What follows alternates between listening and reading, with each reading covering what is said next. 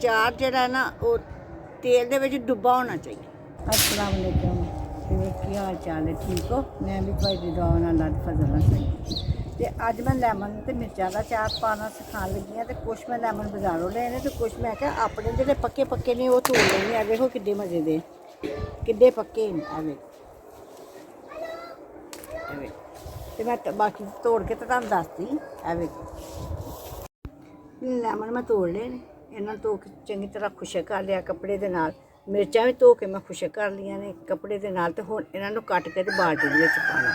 ते ओह मैं अग्गे भी तुहानूं सब्जियां दा मिक्स अचार दस्सिया सी, ते हुण लैमन ते मिर्चां दा दस्सिया। ते एह वेखो 4 करने ने 4 पीस कर लो, 2 करने 2 कर लो, मैं 2 ही करांगी। बिस्मिल्लाहिर्रहमानिर्रहीम। सारे लैमनां दे मैं 2-2 पीस करके ते अग्गे मैं दसदी आं भी अग्गे की करना है।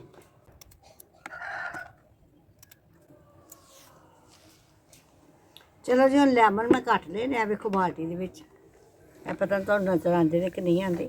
ते हुण मिर्चां कटदे, मिर्चां दे 2 पीस करने न। ऐसा 2 पीस भी ऐसा भी कट्टियां जांदियां ने, ते मिर्चां च एक कट इस तरह भी लग सकदा। और तुसीं जिस तरह भी लाना चाहते हो ना, तुसीं उस तरह ला सकदे। ठीक, मैं दरम्यान दे विच लावांगी कट इस तरह ते सारियां मिर्चां कट लांगी। चलो जी, लैमन भी कट्टे गए ते मिर्चां भी कट्टियां गईयां। तो हुण इहदे च पान लगी आं नमक। 3-4 चमचियां जिहड़ियां ने ना इहदे विच पा देनियां। जिन्ना मर्जी पा दो, ताकि इहदे विच जिहड़ा ना ओह अचार च नमक ही होए ते तां ही बचदा है। ते विच 2-3 चमचियां जिहड़ियां ने ना ओह हल्दी पा देनी। ठीक, ते इन्हां नूं चंगी तरह हिला के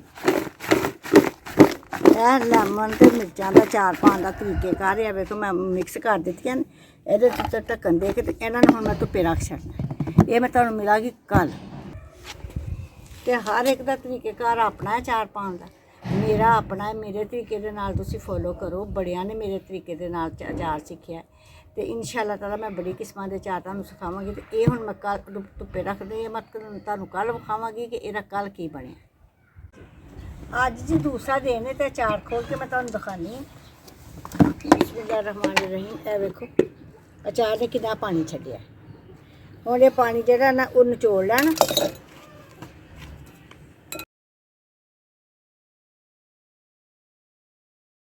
ते तुहानूं दस्सण वास्ते मैं नचोड़िया।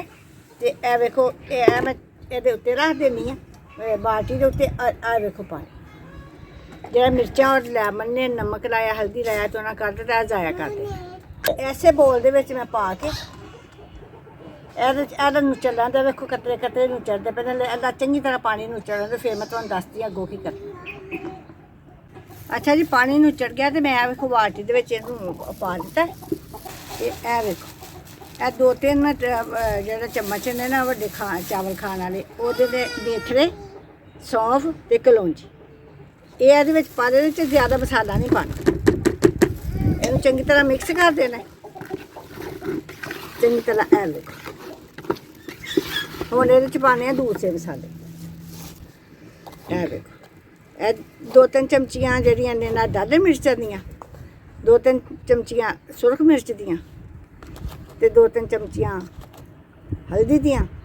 ते अग्गों नमक थोड़ा पावांगे, ताकि अग्गे भी नमक पाया मैं ओह चाह के पावांगी। इन्हां नूं अच्छी तरह मिला देना। ए वेखो किड्डा सोहना इहदा कलर। ते इनू फिर जेह्ड़ा ना 2 दिन इनू धुप्पे रखना है। ढक्कन मैं बंद कर दिता। ये धुप्पे ही रहना 2 दिन। इनू मैं रोज़ गाए बगाए हिलांदी रहांगी। और 2 दिनों बाद तुहानूं मिलांगी अग्गों की करना। तो बेहतरीन अचार जेह्ड़ा लैमन और मिर्चां दा तैयार होएगा। अच्छा जी, अचार नूं 2 दिन हो गए जे धुप्पे पिया नूं। ते इहदी पोजीशन देखो। बिस्मिल्लाहिर्रहमानिर्रहीम। मैं तुहानूं खोल के विखानी है। ए वेखो 2 दिन दी इहनूं धुप्प लग गई है। और पानी इहदे च कतरा एक पानी। हुण इहदे च पाना तेल ते सिरका।